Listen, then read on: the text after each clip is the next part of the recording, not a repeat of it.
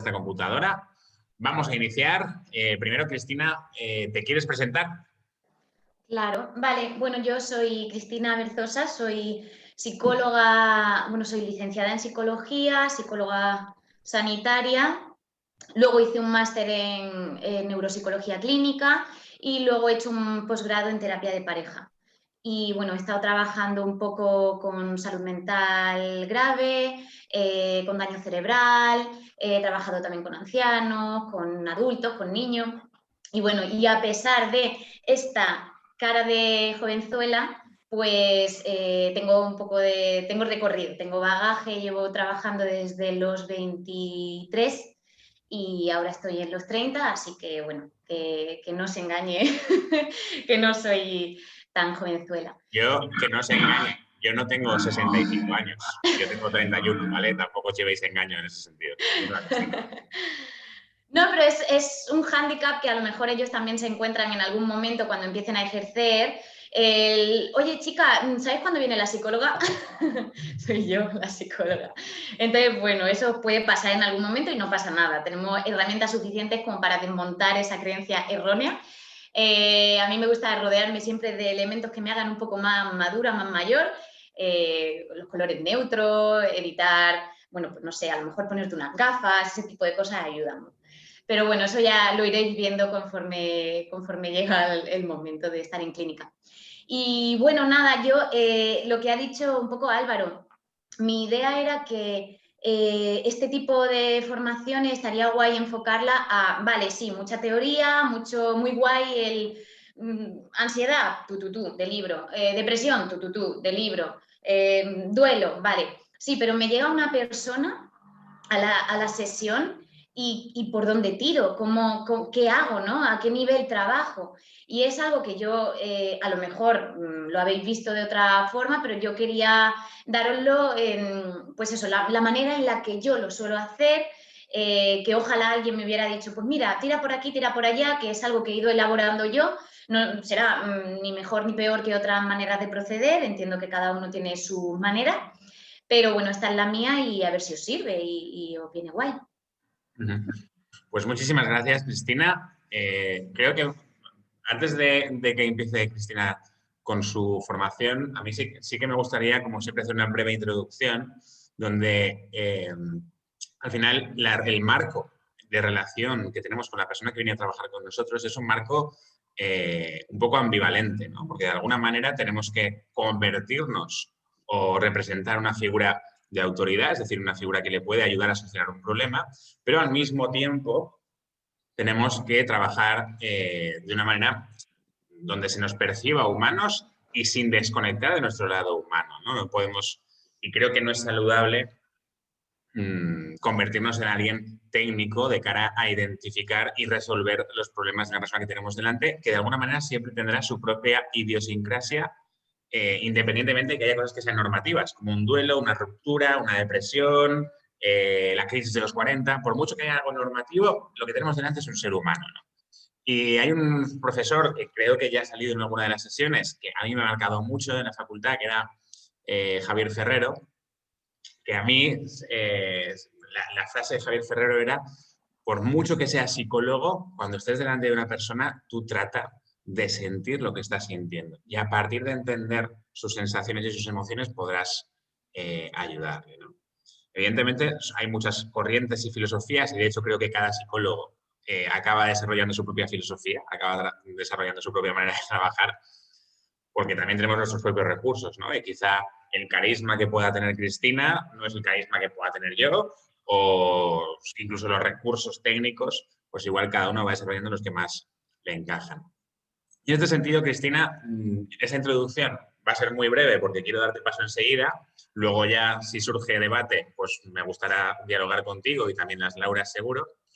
Pero yo creo, y esa introducción ya os sonará, porque precisamente en la parte humana, en la parte de tengo a alguien delante y tengo que ayudarle, creo que nuestras experiencias vitales, nuestro recorrido humano, el camino que hemos andado, nos va a dar mucha perspectiva.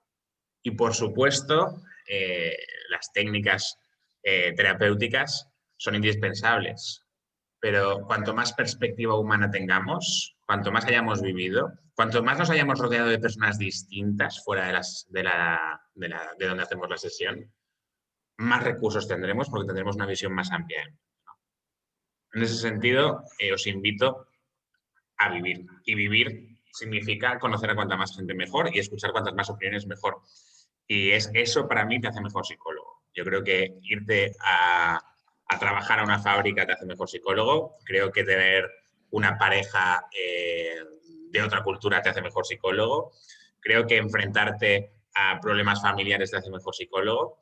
Y en ese sentido, el consejo antes de empezar la formación de Cristina, en mi caso, es vivir. Y cuanto más vivamos, mejores psicólogos seremos. Y ahora sí, Cristina, cuéntanos. Totalmente, porque además cuando te expones a un paciente, dicen hay que, como habilidades del terapeuta, hay que ser empático, ya, pero es que la empatía precisamente parte de entender el mapa mental de la persona que está enfrente, no desde tu mapa mental, sino desde el mapa mental de la persona que está enfrente.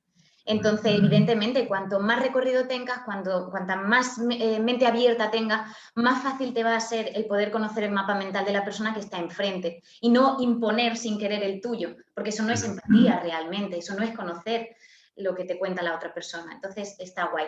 Vale, yo tengo una presentación. Álvaro. Sí, qué guay lo que estás diciendo, porque mientras te intento hacer Whisper para que puedas compartir pantalla, que Creo ya que fue... es, Ah, vale, ya sé. fíjate lo rápido que ha sido. Total. Es algo que creo que pasa mucho, ¿no? En sesiones, la gente cuando te conviertes en una figura de autoridad dice, ya, pero ¿qué tendría que hacer? ¿No? Incluso buscan que les digas cuál es la decisión correcta o buscan que les dogmatices. Y creo que es uno de los principales errores que se comete cuando empiezas a ser psicólogo es dar tu opinión de lo que tendría que hacer la persona, ¿no? Y al final creo que nuestro trabajo es ayudarles a encontrar sus verdades. Ya está, ya eres huésped, Cristina. Vale, genial. Lo estaba diciendo para rellenar. Vale, el anfitrión inhabilitó la función de compartir las pantallas de los participantes. Oh my god. Pues el anfitrión eres tú. Es que has hecho huésped a Cristina Requena, no a Cristina Berzosa. ¡Ah, cojones! ¡Gracias! Vale, pues Cristina Requena. Ahora tienes tú que hacer huésped a Cristina Berzosa. Tienes que ir a Cristina Berzosa y donde pone más, hacer huésped.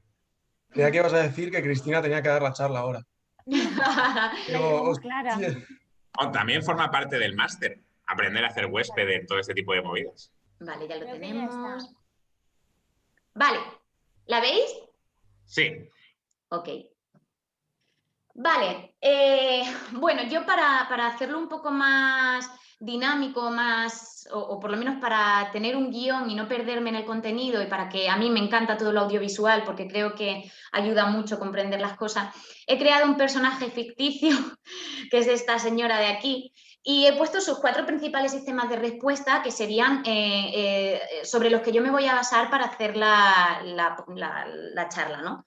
Entonces, bueno, supongo que ya los conoceréis. Los principales 4 sistemas de respuesta que tenemos los humanos serían 2 eventos que están en amarillo, que suelen ser eventos más privados, y 2 eventos más públicos, que serían los que están en rojo, ¿vale? Como eventos privados, principalmente están en el pensamiento y la emoción, porque serían pues esos eventos que nosotros tenemos por dentro de nosotros que no a simple vista se percibirían, no se manifiestan, y luego pues la parte de respuesta fisiológica y conducta que pueden ser más, que se pueden manifestar y que se pueden ver desde fuera, ¿vale?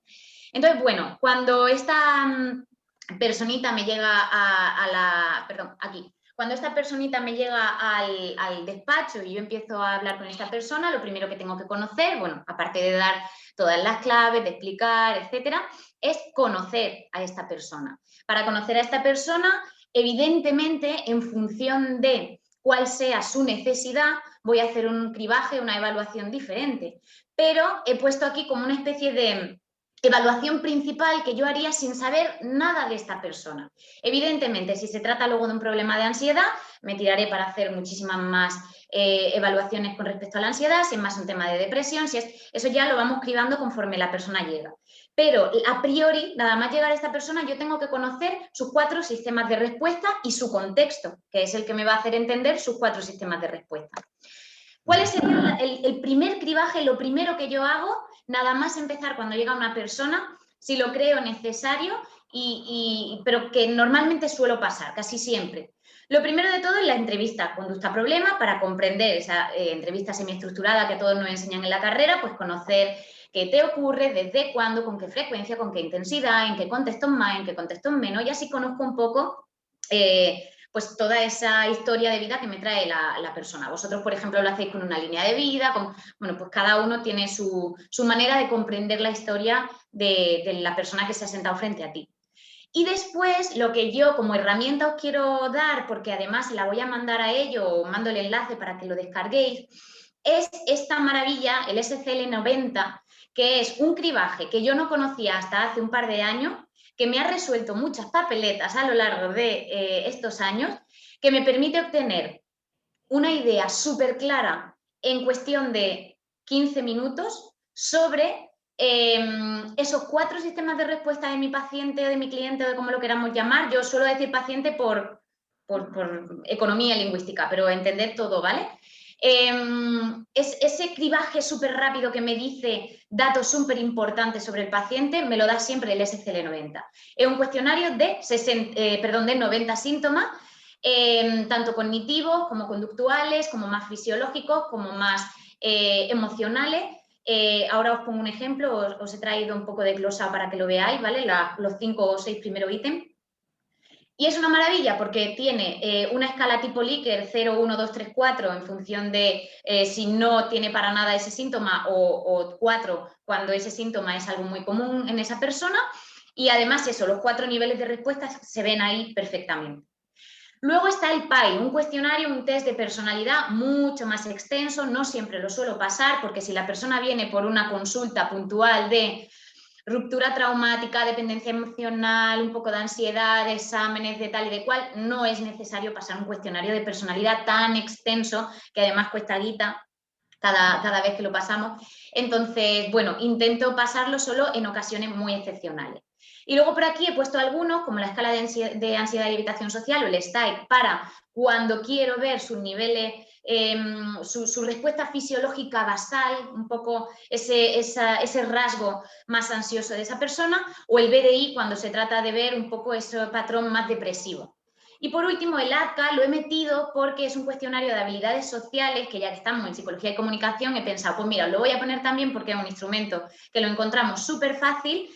También nos da un cribaje guay de los estilos de respuesta que tiene esta persona, la heteroasertividad, pues eso, si la persona es más asertiva, si es menos asertiva, y eso también nos da un punto de partida también para interpretar todo lo demás, porque claro, no solo somos nosotros, sino somos nosotros en relación con el mundo. Entonces, claro, inteligencia intrapersonal, inteligencia interpersonal. Tengo que ver un poco cómo esa persona se va a relacionar también con su mundo. Vale, dime. ¿Cómo llegas tú a estos test? ¿Cuál es tu manera de tener acceso a estos recursos? Pues son recursos a lo largo de las clínicas en las que he ido trabajando, recursos que he ido pudiendo obtener, y si no, del máster yo también tenía bastante recursos, pero si no, en internet, si tú buscas, hay muchísimos que están a disposición. No son, por ejemplo, el PAI sí, el PAI creo que es de TEA, hay que pagar, ya os digo que cuesta guita, pero el resto, si tú pones en internet test STAIC, BDI, SCL-90, te va a salir el test y te va a salir la interpretación, los baremos, los vais a encontrar libremente, están free en internet. Pero en caso de que los quisierais tener, si queréis luego los paso a Álvaro y él os los puede proporcionar, pero que son test que yo he sacado prácticamente todos de internet. El PAI no lo puedo pasar porque es de pago, es de la clínica, pero el resto sí, el resto son cuestionarios que están libres, ¿vale? Vale, esta persona ha llegado. Yo ya puedo hacerlo de 2 formas. Como yo tengo normalmente ya una primera criba por teléfono, por mail, yo ya sé un poco de qué va esta persona, o bien cuando la persona hace el abono importante del honorario, yo se lo envío por correo para que esta persona me complete estos cuestionarios y el primer día, que es la entrevista, ya me los traiga completo y yo lo aporte todo esto a la entrevista inicial, o bien En esa misma entrevista inicial yo voy haciendo mi entrevista y conforme voy viendo que me va tirando hacia un lado o hacia otro, le voy dando un cuestionario u otro. Normalmente yo suelo hacer que se lo lleven a casa, que lo completen con toda la calma del mundo y que me lo reenvíen o me lo traigan en adelante, porque si no, en ese mismo momento puede ser un poco, no sé, no terminan de dar unas respuestas totalmente reales o naturales, ¿vale? Vale, os he extendido un poquito el SCL90 porque creo que es la herramienta más chula que yo os puedo dar hoy, de verdad que da un montón de información y muy guay. Es un test al que así, os he puesto por aquí 6 primeros ítems, el test tiene creo que son 4 páginas porque son 90 síntomas. Estos son los primeros, aquí veis que tiene 5 posibilidades de respuesta, nada, muy poco, poco, bastante, mucho, que sería el 0, 1, 2, 3, perdón, 1, 2, 3, 4, 5, ¿no? Y en estos 6 primeros ítems ya podéis ver a lo que me refiero con los 4 sistemas de respuesta, aunque aquí he señalado 3, que serían dolores de cabeza, nerviosismo, sensación de mareo o desmayo, lo podríamos meter en físico, pensamientos desagradables que no se van de mi cabeza podrían ser síntomas más cognitivos, criticar a los demás podría ser fácilmente una conducta.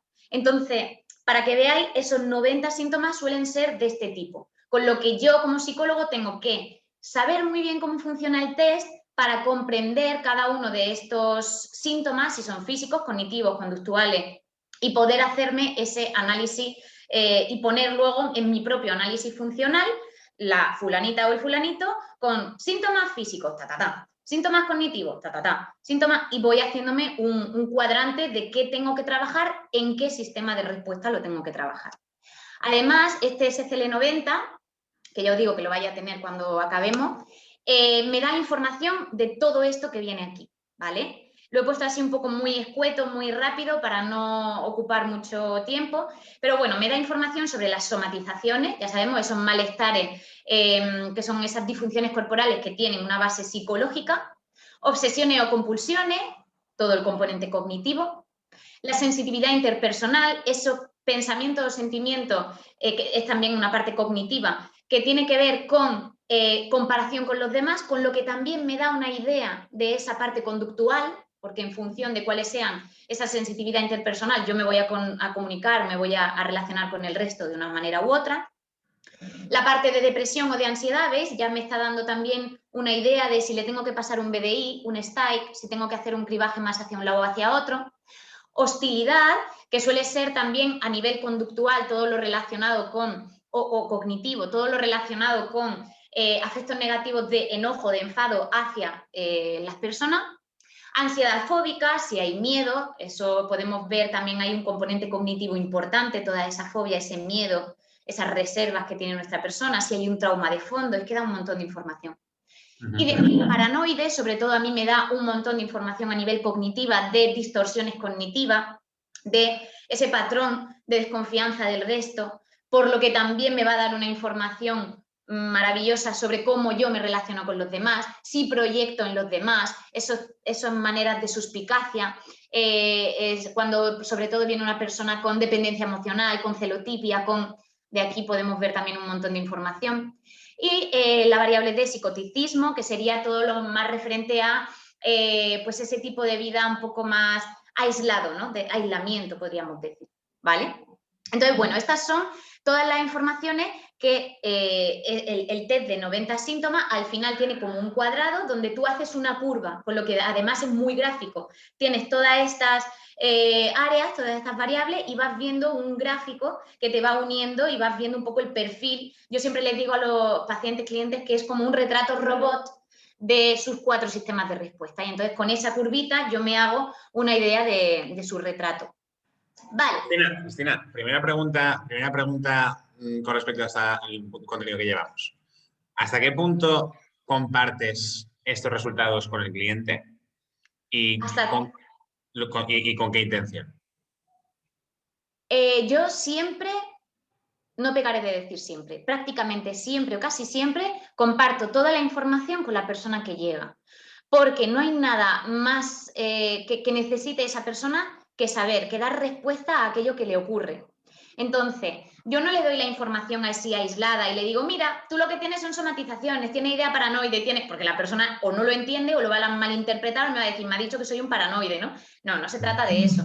Se trata de hacer, una vez que ya tengo toda la información, ese retrato robot, ese análisis funcional que a mí me va a servir para guiar las sesiones, y entonces yo le voy a dar una devolución de la información basado en tus 4 sistemas de respuesta, tu motivo de consulta, tu mantenedor de tu problema, por qué se mantiene tu problema, cuál es mi visión profesional de lo que está manteniendo tu problema. Te hago este esquemita o esta curva o este análisis visual para que tú veas lo que te vas a encontrar o lo que explica eso que te está ocurriendo a ti, y además me marco unos objetivos contigo, unos objetivos profesionales que he marcado yo y unos objetivos que vamos a marcar entre los dos, porque a lo mejor lo que yo quiero marcar no tiene nada que ver con lo que tú quieres marcar. Entonces tenemos que ir justificando y tenemos que hacer partícipe a la persona. Para mí es fundamental entender que somos un equipo, que sí, que yo soy la que dirige ese equipo porque yo conozco las claves para dirigir el equipo, pero evidentemente sin mí no está él y sin él no estoy yo, es un equipo. Entonces, él tiene o ella tiene que conocer prácticamente lo que yo conozco acerca de lo que yo he sacado, de la información que yo he extraído, porque si no, no tiene sentido. Esa persona va a ciegas dejándose llevar por lo que yo creo oportuno, y yo creo que la otra persona sepa, vamos, de pie a cabeza, por dónde está guiándose todo el proceso y el por qué, me parece esencial y fundamental. Entonces yo siempre explico, y además yo soy muy de garabatear, de hacer dibujos, de utilizar pizarra, de hacer esquemas, de lo que sea, con tal de que esa persona tenga una imagen clara y nítida de sí mismo, tal y como yo he podido percibir toda esa información. Evidentemente hay cosas que por ser contraproducente a lo mejor en ese momento no digo. También hay la habilidad del terapeuta de saber en qué momento yo tengo que volcar todo mi contenido o no, o en qué dosis o en qué, cómo está capacitada la otra persona para ir encajando esa información. Eso sería otra charla de otra hora y pico, pero no nos podemos desviar mucho. Pero bueno, sí, es interesante la pregunta por eso. Vale, entonces, volvemos a esta señora que la vamos a llamar Pepa. Pepa con sus 4 sistemas de respuesta, ya hemos visto unos que son menos manifiestos, otros que son más evidentes, más que se pueden ver, que son públicos. Y ahora vamos a ir viendo cada uno de ellos, la intervención que yo suelo hacer en cada uno de estos niveles de respuesta, pero además, ya os digo, todo sin centrarme en si es un problema de ansiedad, si es un problema de depresión. Esto va al margen del motivo de consulta de mi persona. Evidentemente, en función de su motivo de consulta, me voy a parar más en uno u otro. Y además, según ese cuestionario de síntomas, a mí una persona me puede salir que puntúa que te mueres en la parte cognitiva, entonces, ¿para qué me voy a dedicar sesiones enteras a hablar de conducta, de emoción y de respuesta fisiológica si lo que esta señora o este señor necesita inminentemente es trabajar su cognición? Bueno, pues me centro más en este apartado, ¿no? Entonces, según el cribaje que me ha salido a mí en la sintomatología que tiene esta persona, pues yo me voy a centrar y voy a organizar mis sesiones para centrarme mucho más en la parte cognitiva, en la parte de respuesta fisiológica, en la emoción, en la conducta, pero luego sí que todo lo trabajo. Me detendré más o menos en cada una de ellas, pero lo trabajo todo, ¿vale? Ya os digo, no estoy metiéndome en ningún motivo de consulta en concreto, sino que todo es muy general. Vale, lo primero de todo, antes de empezar a hablar de ningún sistema de respuesta, es hacer psicoeducación. Psicoeducación allá en el problema que tenga la persona. Para mí es fundamental y necesario que la persona, cuando termine el proceso terapéutico, sepa qué narices le pasa a nivel psicológico, qué narices me pasa. Me he encontrado multitud de personas que llegan después de 3 años de estar trabajando con un psicólogo, con ansiedad, y yo le diga, vale, ¿qué es la ansiedad? Y que me diga, cuando me pongo nervioso, Dios mío, no lo concibo. O sea, si tú vas al terapeuta, al psicólogo, y has estado trabajando con un psicólogo X tiempo, me parece desorbitado que esa persona no sepa qué es la ansiedad, no sepa qué mantiene su ansiedad, por qué se ha generado su ansiedad, qué ocurre dentro de su cuerpo con esa ansiedad, o si es depresión, o si es dependencia emocional, o sea, lo que sea. Por tanto, el psicólogo tiene que conocer a nivel de psicoeducación, como si fuera un maestrillo, cada una de las problemáticas que le pueden llegar a consulta. De ahí las especializaciones. Yo no soy psicóloga de todo, yo tengo mis especializaciones y yo sé que soy buena en esto y en esto. Y si me viene una cosa que yo no sé trabajar, o bien tengo mucho tiempo para formarme, o bien derivo a un compañero, a otro gabinete, porque si no, ni la psicoeducación sale bien, ni mi objetivo se ha enmarcado bien, ni mi objetivo, ni nada lo estoy haciendo bien. Tengo que ser un maestro de esa psicoeducación. Para mí, por ejemplo, en temas de ansiedad, que es lo que más ahora, además, con el maldito COVID, está a flor de piel, yo tengo que saber cómo se provoca, o sea, qué está haciendo mi cuerpo para que yo tenga ansiedad, cómo se manifiesta esa ansiedad, mi sistema nervioso simpático, por qué me hace tener esta sintomatología, por qué el parasimpático luego me hace tal, qué pasaría si tal, por qué esa ruta primitiva se activa, qué evolución ha surgido, qué hay ahí, qué me mantiene, por qué mi evitación hace que... Eso es fundamental. Entonces no doy mal la brasa con esto, pero de verdad que me parece el pilar fundamental de cualquier intervención y con el 50%, o sea, con esto ya tenéis casi el 50% hecho de todo en la rehabilitación, de verdad, o sea, de todo en la terapia. Que la persona conozca aquello que le sucede es fundamental y va por delante de cualquier cosa, ¿vale? Y ahora ya sí, sin más dilación, me meto en la charla. Todo esto era una introducción, las introducciones de Cristina Bertosa. Vale, pensamiento. Sobre pensamiento, vale, he puesto creo que 1 o 2 diapositivas por cada uno para no extenderme mucho y para que luego podamos hacer una charla, un coloquio y que no sea un monólogo, ¿vale? Entonces, pensamiento. Principalmente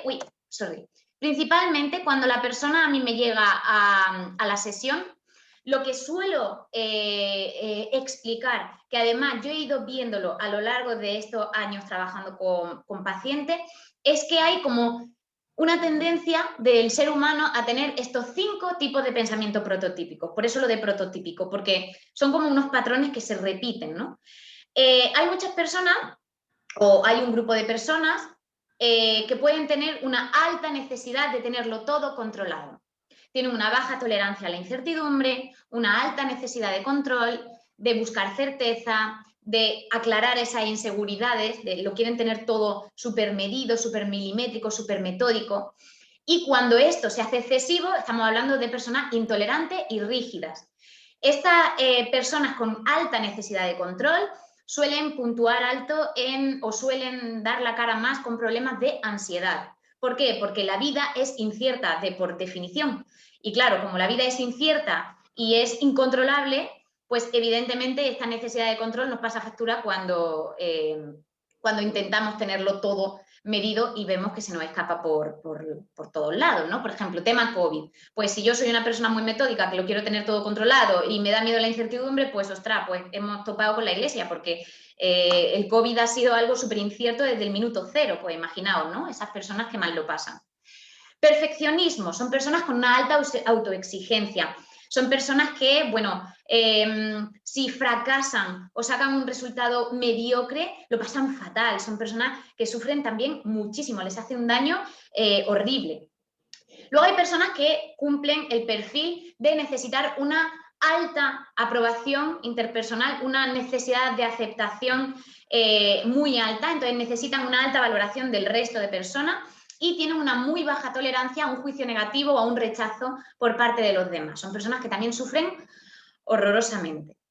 Dogmáticas, personas que son rígidas, que tienen unos valores, un sistema de valores muy férreo, muy rígido y que además lo juzgan todo, se quejan de todo, son personas muy si me sacas de este valor, de este marco de referencia mío, me pierdo, me estás provocando un malestar terrible. Y por último, personas que tienen tocada su autoestima, baja autoestima, que se creen no querible o no merecedora o no válida. Y este tipo de personas además sufren muchísimo temas relacionados con dependencia emocional, celotipia, rupturas traumáticas, se le enquista mucho las relaciones interpersonales, son personas que sufren mucho. Vale, entonces, llega la persona... Álvaro. Bueno, lo primero me parece súper interesante esta explicación que has hecho. Nosotros en PIC, los que habéis visto ya sesiones de las esclavitudes, veréis que al final se parecen mucho a las esclavitudes. Mi pregunta, Cristina, es: nosotros analizamos estos sesgos por la historia de vida. ¿Cómo llegas tú a identificar este tipo de pensamientos en el paciente? Por la entrevista principalmente, porque esa primera entrevista ya os digo que a mí se me va una sesión mínimo conociendo a la persona y sobre todo por su manera de explicar, de hablar. A mí me da muchísima información el discurso que tiene la persona. Tú imagínate que yo me siento, soy paciente, cliente, me siento enfrente de ti y empiezo a decir cosas del tipo, es que se me hace bola la vida, porque a mí yo necesito aprobar exámenes, porque si no apruebo los exámenes me siento fatal, me da ansiedad, esa noche ya no duermo, porque yo debería sacar mis notas, porque eso haría porque no sé, porque a mí me han educado de esa manera y yo tengo que ser una persona que saque mis notazas, porque es que si no lo saco yo de verdad que me da una ansiedad. La persona me lo está verbalizando, tiene un discurso, pero yo ahí ya estoy viendo muchos debería, con lo que yo ahí estoy viendo ya una persona con perfeccionismo y muy dogmática. Estoy viendo además que me está diciendo que si no sus padres, ya ni siquiera me habla de sí mismo, sino de lo que sus padres le van a decir, con lo que me está hablando un poco de esa necesidad de aceptación, de esa autoestima que puede tener la persona, de esa necesidad de tenerlo todo controlado, con lo que con su discurso con sus debería, no son personas que suelen utilizar, no están curtidas en cuidar su autoinstrucción, que ahora veremos también, hablaremos de ella, sino que son personas que tal como llegan te están volcando su contenido interno. Entonces no cuidan la comunicación, no cuidan lo que te están diciendo, es una llamada de auxilio y tú ahí puedes sacarte información que flipa. Los debería, los necesito, porque entonces esto es lo peor que me puede pasar, súper catastrofista, o sea, estás viendo ya, y eso es lo que yo apunto. Yo principalmente, yo tengo mi boli de este de un truquillo, mi boli de este que tiene color rojo, verde, gris, negro, no sé qué, pues yo voy dándole y si dice algo que a mí me llama mucho la atención, taca, lo pongo en rojo, y sigo con el azul, ¿no? Y entonces luego a golpe de vista veo, ostras, esta persona ha dicho 15 veces debería, esta persona ha dicho 15 veces que si no mis padres, ostras, pues esta persona tiene aquí un traumica con los padres que pa' qué, ¿no? Entonces vas viéndolo del discurso que te va diciendo la persona. Pero me parece muy importante también transmitir estos 5 tipos de pensamiento prototípico al paciente. Es algo que yo tengo como base cuando la persona me llega, pero luego es algo que al paciente yo también le digo, mira, pues tenemos estos 5 tipos de pensamiento prototípico, ¿dónde te encajas tú? Y ellos mismos me dicen, ¡buah! Yo tengo de eso un montón, yo necesidad de control, flipa, yo el dogmatismo, no sé qué. Y ellos mismos se dan cuenta. Y además les gusta darse cuenta de que entienden de psicología, ¿no? Y luego salen de allí diciendo, bueno, yo ya soy medio psicóloga, y digo, no te queda nada, cariñito. Pero está guay, porque esta herramienta a ellos les gusta poder hacerse su psicoanálisis, ¿no? Entonces está chulo. Vale, ¿qué hago yo a nivel de pensamiento? Yo he puesto aquí como una guía, que son cosas que yo hago, habrá quien haga 1500 mejores o más o peores, esto es lo que yo suelo hacer antes de saber qué, o sea, de meterme en vereda de su problema. Ya os digo que esto es muy general.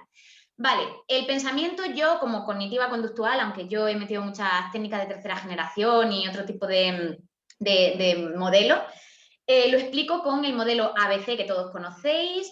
A sería la situación o el estímulo discriminante, el B sería esa interpretación o ese pensamiento, esa verbalización, autoinstrucción que yo me doy, y C sería la emoción. Entonces, como he dicho, psicoeducación por un tubo. Yo me puedo tirar casi una hora hablando de este registro, explicando a muerte todo lo relacionado con este registro ABC y además poniendo ejemplos de la persona. Por eso, en la entrevista a veces yo ya me aventuro y le digo, vamos a hacer un registro para casa, ¿no? Y entonces yo ya mando el registro ABC en esa primera sesión, en esa primera entrevista, para que el próximo día que ya empezamos con psicoeducación, yo ya tenga un registro de tu A, de tu B y de tu C. Y yo ya pueda hacer una psicoeducación basada en tu A, B, C, no en el mío. Porque si no, yo me estoy inventando ejemplos que yo tengo creatividad, pero no tanto. Entonces, claro, me veo delante de la persona inventándome ejemplos que digo, madre mía, qué absurdo es este ejemplo. Ojalá me hubiera hecho un registro esta persona, ¿no? Pues ya me di cuenta y desde ese momento lo hago con el registro de la persona. Porque si no, yo me inventaba unas tonterías que eso era para verme. Entonces, psicoeducación a tope del modelo ABC con pensamiento de esa persona, con el perfil de esa persona. y explico muy detalladamente cuáles son los pensamientos distorsionados. Si os interesa, yo tengo una colaboración en un podcast en Spotify que se llama Psicología para Todos, y hay varios que he hecho yo junto con otros compañeros. Uno de ellos es de pensamientos distorsionados. Yo ahí explico que a veces, depende también de la persona que tengo enfrente, suelo explicar los pensamientos distorsionados como unas gafas. Yo me pongo unas gafas de cristal rojo, entonces yo veo la realidad de color rojo. Yo me las pongo de color negro, yo veo la realidad de color negro, ¿no? Entonces los pensamientos distorsionados son como esas gafas que yo me pongo que van a hacer que yo interprete la realidad en función del color de la gafa que me he puesto. Entonces, bueno, pues en ese podcast creo que podéis sacar información guay sobre los pensamientos distorsionados. Lo que hago a veces también es pasar en la misma sesión un inventario de pensamientos automáticos que tardamos 5 o 10 minutos en hacerlo. Tiene, creo que son 45 pensamientos, lo vamos haciendo como diálogo y yo voy puntuando o voy dándome cuenta de cuál es el pensamiento distorsionado que esta persona suele tener más en su repertorio cognitivo. Y en función de ello, pues me dedico más o menos tiempo a explicar qué pensamientos distorsionados hay. Por ejemplo, lectura del pensamiento, adivinación del futuro, catastrofización, término en todo o nada o polarización. Imagínate una persona que, si veis que me extiendo mucho en un punto que ya ha explicado otra persona, decídmelo, ¿vale? Imaginaos que yo llego a la consulta y digo cosas del tipo todo, nada, siempre, nunca, verás lo que va a pasar, es que seguro que piensa no sé qué. Pues ya estoy viendo ahí polarización, catastrofización, anticipación, lectura del pensamiento, adivinación del futuro. Estoy viendo un montón de maneras de expresar de esa persona que denota que hay pensamientos distorsionados que están haciendo que yo filtre la Navidad, la realidad. Entonces yo les digo a ellos, el 50% es lo que ocurre, el otro 50% es lo que tú interpretas. Si tu gafa está llena de motita, tú vas a ver esa realidad llena de motita. Entonces vamos a trabajar sobre ese pensamiento distorsionado. Y le damos paso a técnicas del tipo, vamos a distinguir entre una voz crítica tuya y una voz saludable tuya. Y lo vamos a poner en tercera persona. ¿Por qué? Porque si yo me fusiono con esa manera de interpretar la realidad, no me la puedo desmontar, porque yo vivo la realidad según esa gafa. Entonces yo tengo que ponerle como una tercera voz, hablarle en tercera persona. El diablo, el castigador, el don perfecto, no sé quién el otro día me dijo el Peter, cada uno que lo llame como quiera. Y entonces yo puedo hablar con esa voz tercera, con esa persona crítica que me está diciendo, no eres merecedora, si suspendes tus padres te van a decir no sé qué. Al verlo en tercera persona, me puedo relacionar con él y me lo puedo desmontar, porque como me fusione, ya la hemos cagado. Entonces, hablo mucho sobre esa voz crítica y esa voz sana en tercera persona para poder tener un diálogo con esa voz en tercera persona. Luego un montón de técnicas para desmontar el pensamiento, diálogo socrático, etcétera, etcétera, etcétera. Hay un montón de técnicas para poder hacerlo, parada del pensamiento, el decirme el basta, el stop, la gomita del pelo que me tiro. Hay un montón de maneras, por no entrar en detalle, porque todo esto supongo que está en los libros, ¿no? Técnicas de mindfulness. A mí me ha encantado de mindfulness. La meditación Headspace de Netflix me ha vuelto loca porque es un recurso audiovisual súper chulo. No voy a abrir. Un recurso súper chulo con un montón de imágenes, un muñequito que te lo cuenta todo con técnica súper guay, mira un no sé qué, que se mueve, que te hace no sé qué. Está muy guay la meditación Headspace. Y también hay una aplicación que se llama Mindfulscience, tal como lo acabo de escribir yo, o sea, como lo acabo de decir, Mindfulscience, que también está muy chula, que tiene un montón de técnicas de mindfulness para darle al paciente que lo pueda practicar. Lo siento. Cris, tienes que abrir, creo que tienes que abrir. Lo siento, perdón. Nada, mujer. Mientras tanto, entiendo que muchos de vosotros iréis viendo, de lo que estamos viendo en las sesiones, cómo los recursos, cada uno los utilizamos de una manera diferente, ¿no? Cuando nosotros hablamos del símbolo del diálogo interno o hablamos de las esclavitudes, al final lo importante no es tanto el nombre del recurso, sino cómo lo aprendemos a utilizar y lo aprendemos a enseñar. Así es, ¿qué querías decir? A mí me suena mucho y me mola mucho lo de ponerlo en tercera persona, me suena a lo de Isma, que puso los ejemplos de... El monstruito que se iba por el Esa es. río, ¿verdad? Eso es otro tipo de herramienta, pero que se puede parecer mucho, ¿no? Generar una identidad que sea ese diálogo interno negativo, ese diálogo interno esclavizante, ¿no? Y poder visualizarlo de una manera ajena a mí. Que de alguna manera no es más que separar entre mi propia identidad y mi pensamiento. Claro. Realmente ese es el recurso del que estamos hablando, ¿no? Ser capaces de dividir en Álvaro mi conducta y mi pensamiento y no caer en creer que es lo mismo. Que seguramente es una de las cosas que más en sesiones más vemos, ¿no? Que la gente se cree sus propios sentimientos, o sea, se cree sus propios pensamientos que le generan una emoción, por lo tanto es incapaz de cambiar porque sus pensamientos le están condicionando, le están convirtiendo en una conducta, en unas emociones que no son las que le vienen bien.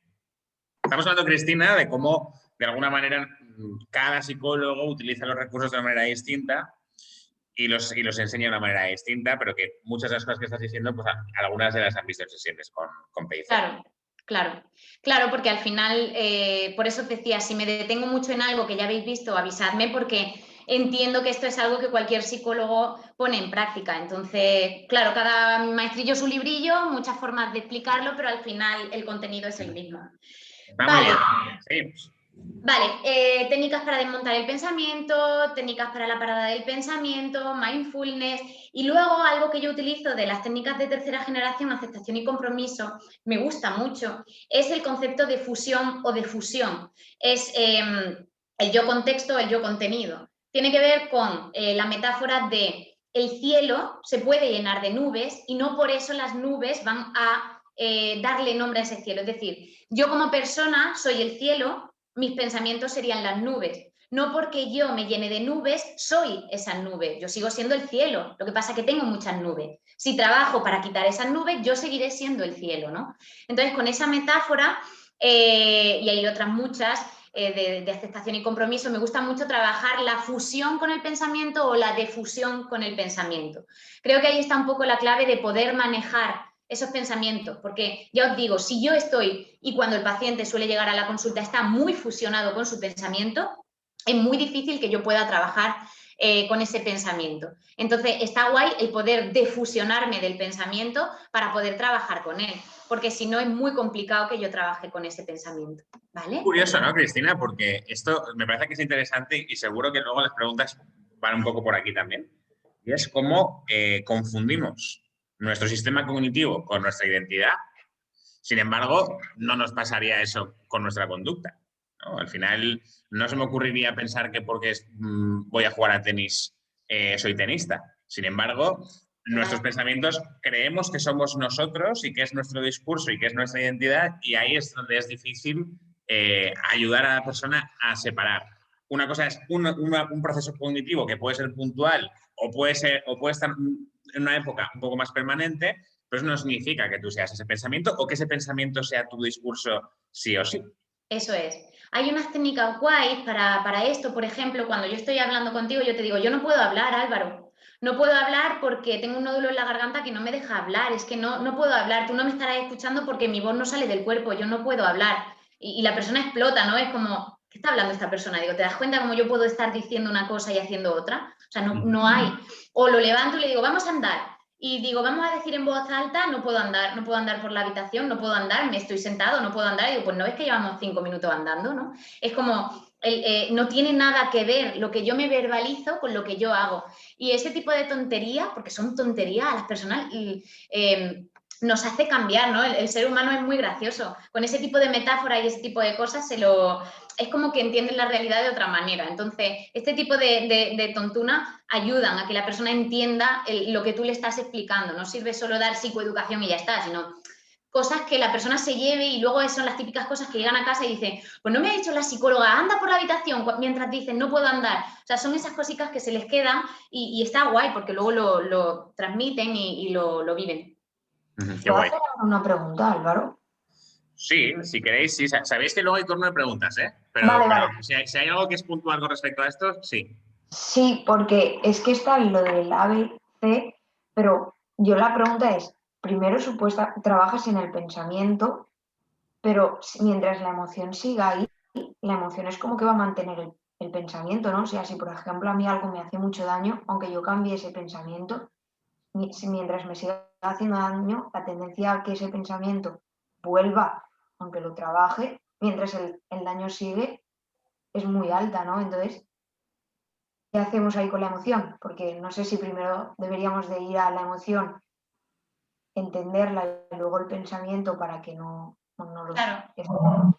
Por eso decía que el SCL90 es el que a mí me guía a priori por qué lado empiezo. Si evidentemente hay una emoción desbordante que me está ahogando, yo tengo que trabajar con el síntoma agudo, que es esa emoción que me hace muchísimo daño. Si veo que es una emoción que está más o menos medida, yo me meto de lleno en el pensamiento. Entonces, claro, tengo que conocer, por eso hacía mucho hincapié en esta fulanita de copas, tengo que entender muy bien sus sistemas de respuesta para saber por dónde empiezo, porque si no, estoy perdida. El porqué de la charla era eso, ¿no? El saber, cuando me viene la persona, ¿por dónde tiro? Pues en función de ese conocer a la persona, yo tiro más por un lado o por otro. Tienes toda la razón. Si hay una emoción que me está ahogando y que me ha inundado, no tiene sentido empezar a trabajar desde otro punto. Tengo que empezar a lo mejor al unísono o centrarme de lleno en rebajar esa emoción.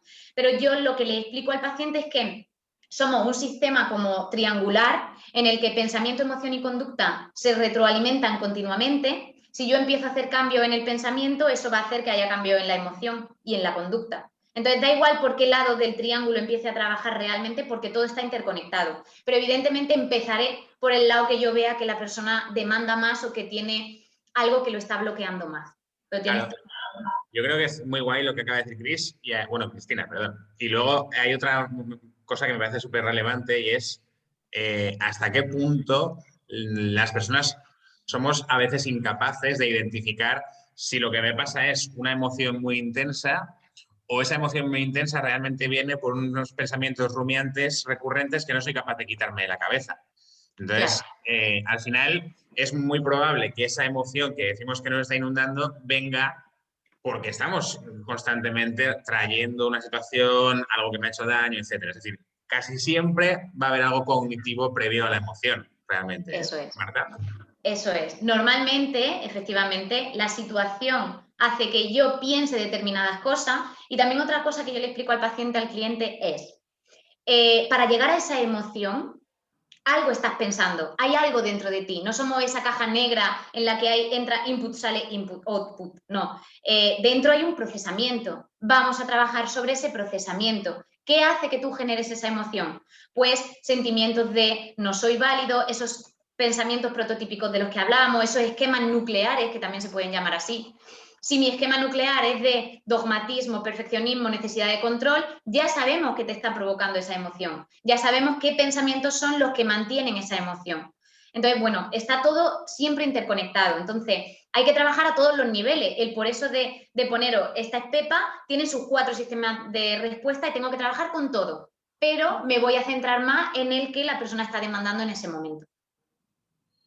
¿Cómo molan estas sesiones? Es una salvajada. O sea, mola muchísimo. Sí, Cristina, por fin, que está molando muchísimo. Está guay porque si no, luego te pones delante de ese cliente, de esa persona y te surge a lo mejor esta duda y dices, ¿y ahora por dónde tiro? ¿No? Pues aclarar todo esto está guay.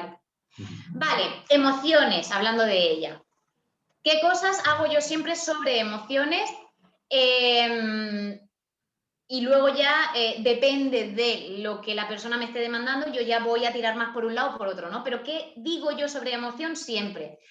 En cuanto a la psicoeducación de la emoción, ya veis que en cada sistema de respuesta siempre hay psicoeducación, siempre.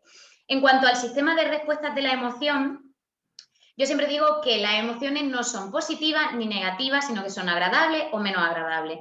Cuando la persona conoce este concepto, por tonto que sea, soluciona mucho su papeleta, porque ya no es que estoy teniendo emociones negativas, no, es que las emociones, todas ellas, sean agradables o desagradables, cumplen una función. La alegría aparece cuando me tengo que propulsar hacia adelante, cuando tengo que conectarme socialmente, cuando tengo que comprometerme con una meta, con un propósito, con un qué hacer. y entonces eso me propulsa, me mantiene conectado y me ayuda a mantenerme ahí, en esa tarea. La tristeza surge por norma general cuando hay una pérdida de algo, una pérdida de un ser querido, una pérdida de un trabajo, una pérdida de un novio, una pérdida de un reconocimiento social, una pérdida de un equilibrio que tenía en mi vida, pérdida normalmente de algo. La tristeza lo que hace es que yo me ensimisme, me meta hacia adentro, haga un ejercicio de introspección, vea que está fallando y entonces cambie, por lo que la emoción de la tristeza también es necesaria. También provoca el llanto, que es una manera de expresar o liberar tensión que está dentro de nosotros. El enfado suele surgir, o la ira suele surgir cuando tengo que dar un golpe en la mesa porque hay algo que está poniendo en tela de juicio uno de mis esquemas, uno de mis valores, algo que está haciendo que yo rompa con algo que yo, es como por aquí no puedo seguir, y entonces tengo ira, tengo enfado. Tengo que aprender a canalizar esa ira porque es necesaria tenerla. No, es que yo me enfado mucho, no, es que te estás enfadando porque probablemente hay algo que te está enfadando y tenemos que trabajar en aquello. No es negativo, es desagradable, pero lo vamos a trabajar. O, por ejemplo, la culpa. La culpa suele aparecer cuando yo tengo un sistema de valores en el que yo soy una persona honesta como valor principal y de repente le he mentido a mi pareja. Me siento culpable porque me he alejado de uno de los valores que a mí me definen como persona. Pues aparece la culpa. Por lo que veis, cada emoción tiene una función adaptativa. Uy, ¿eso lo he puesto yo? Sí. ¿Ya? Sí. ¿Se pone solo? Está guapo también. O sea, quiero decir, le da ritmito. Mientras Cristina descubre cómo hacer que eso no aparezca, hay una cuestión que creo que es relevante e interesante, y es hasta qué punto personas adultas, estamos hablando de gente que a priori tiene mucha formación, tiene muchos recursos, ha conseguido muchas cosas en la vida, no es consciente de la cantidad de emociones que hay. La gente habla de estoy estresado, estoy triste, estoy enfadado. Y creo que también una parte de esa psicoeducación de la que habla Cristina es ayudarles a que entiendan que dentro de las emociones desagradables no es lo mismo sentirse impotente que sentirse frustrado, que sentirse iracundo, que sentirse decepcionado, que sentirse insatisfecho. Es decir, la psicoeducación con respecto a... Está siendo muy gracioso, ¿eh? Pero es que no soy yo, ¿eh? ¿Puede ser que otra persona esté dándole? A priori en tu pantalla no tendría por qué tener ningún tipo de repercusión lo que haga otra gente en sus ordenadores, en principio. No estoy tocando nada. Puede ser que tengas el segundo botón del ratón apretado o que no sé qué o que no sé cuántos.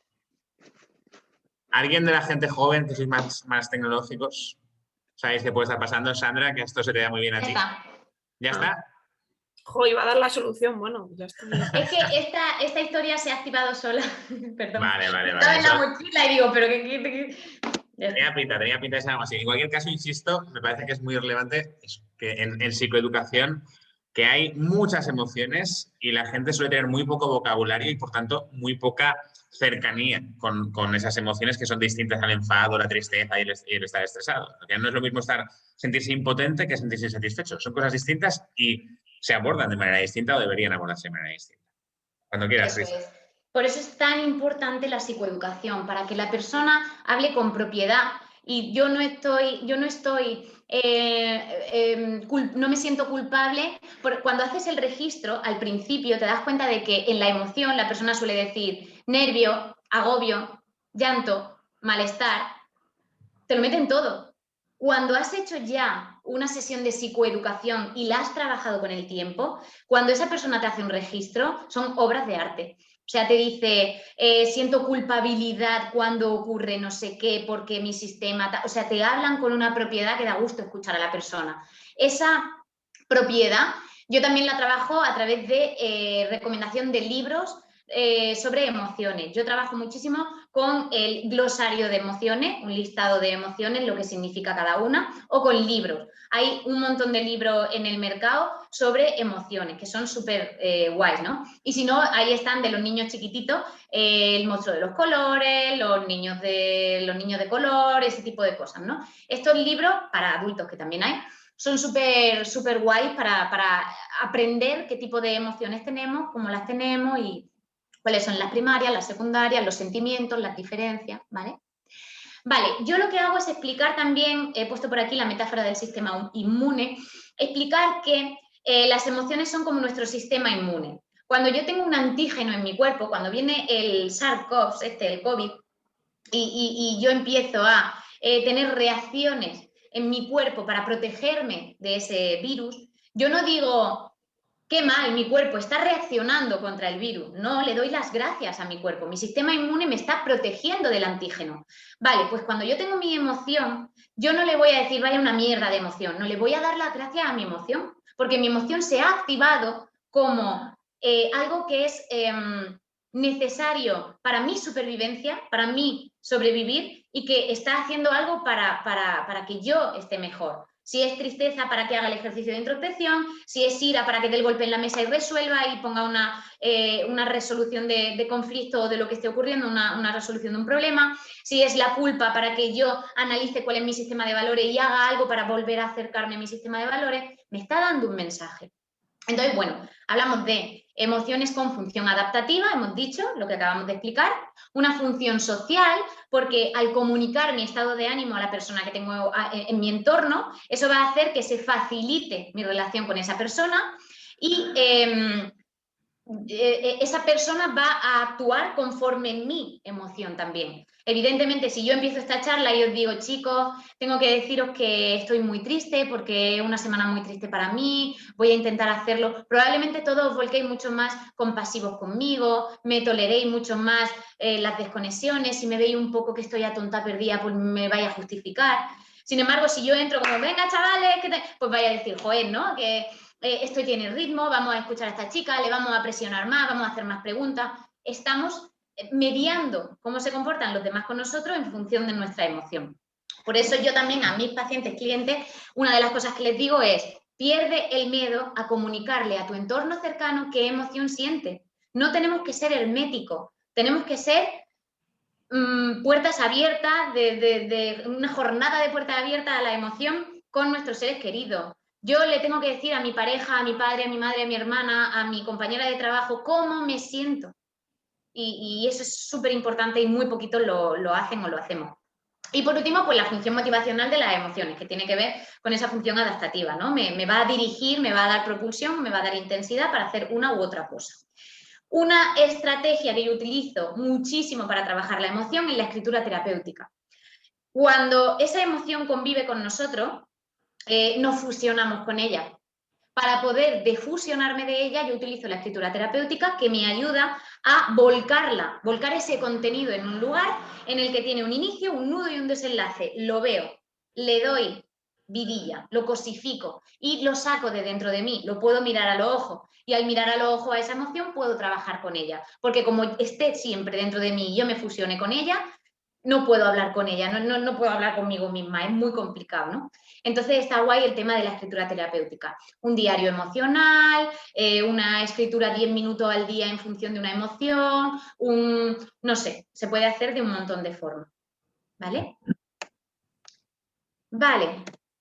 Respuestas fisiológicas. No me voy a detener aquí porque entiendo que esto es muy conductual y es algo que ya habréis visto por activa y por pasiva, pero las respuestas fisiológicas tienen que ver pues con esa activación conductual, o esa activación fisiológica que yo tengo, esa sudoración, taquicardia, la conductancia de mi piel, los vellos de punta, ese tipo de respuestas que tiene nuestro cuerpo en función de una emoción o de una situación en concreto.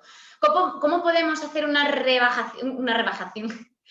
rebajo de esa respuesta fisiológica? Ejercicios de respiración. Aquí he puesto algunos, por ejemplo, la respiración con labio apretado, diafragmática, progresiva, alternante por los diferentes orificios de la nariz, mientras visualiza. La técnica 4-7-8 a mí me gusta muchísimo. Tomo el aire en 4 por la nariz, la mantengo en mi abdomen por 7, la expulso por 8 en la boca. La respiración del león, que es con la boca muy abierta. Luego tenemos relajación progresiva de Jacobson, yo se lo enseño al paciente para que lo hagamos con 16, con 8, con 4 y por último, cuando ya lo tiene súper hecho, que ha sido pues como 2 o 3 semanas con cada grupo, pasamos a la relajación mental. La relajación autógena, ejercicios de pesadez, de calor, de pulsación, respiratorio, abdominal, de cabeza, todo esto lo podéis encontrar en internet, hay vídeos en YouTube, hay un montón de información sobre este tipo de relajaciones, ¿vale? Y luego, por ejemplo, el abrazo de la mariposa, a mí me gusta un montón, no sé si la conocéis porque para mí es casi que nueva. Las manos se ponen entrelazadas con los pulgarcillos apretándose, se colocan aquí sobre el esternón y se van dando golpecitos, ¿vale?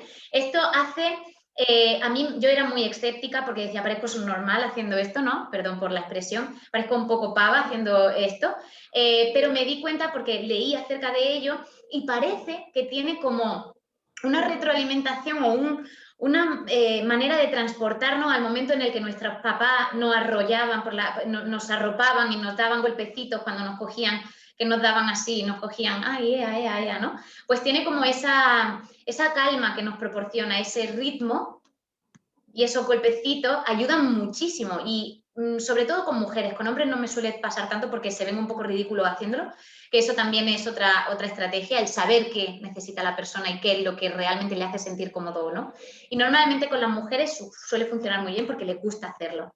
También el deporte ayuda muchísimo a la desactivación fisiológica, la ducha caliente, un paseo, una infusión, la música, cada uno puede poner su manera de conseguir su relajación, ¿vale? Y por último, en la parte de la conducta, también, bueno, pues psicoeducación acerca de qué es los estilos de evitación o de afrontamiento, cuando son sanos o cuando son insanos. Esa psicoeducación de nuestro cerebro está preparado para dar 3 respuestas principalmente, o lucho, o huyo, o me bloqueo. Por norma general, esas son las 3 rutas primitivas que tiene nuestro cerebro para encararse hacia los problemas, ¿no? Entonces, bueno, pues yo trabajo mucho con ello, el propulsarnos hacia un plan de acción. Pues si yo tengo este problema, en lugar de evitarlo, que ojo, no se trata de que esa persona elimine de su repertorio conductual la evitación. A veces la evitación es necesaria. Pero cuando yo quiero que esa persona haga un estilo de afrontamiento sano, voy a trabajar con él un plan de acción. Voy a ayudarle a subdividir los diferentes pasos, las diferentes submetas que necesita para conseguir su finalidad. Voy a ayudarle con la resolución de problemas, con las habilidades sociales, que aquí los compis eso se lo conocen súper bien, todo el tema relacionado con toma de decisiones, también cómo modifico o hago que mi entorno o mi sistema haga un cambio con sus respuestas o con sus conductas y sobre todo les enseño conceptos que ya conocéis todos como la indefensión aprendida, la profecía autocumplida, este tipo de conceptos de tu conducta puede estar a la base de tu problema.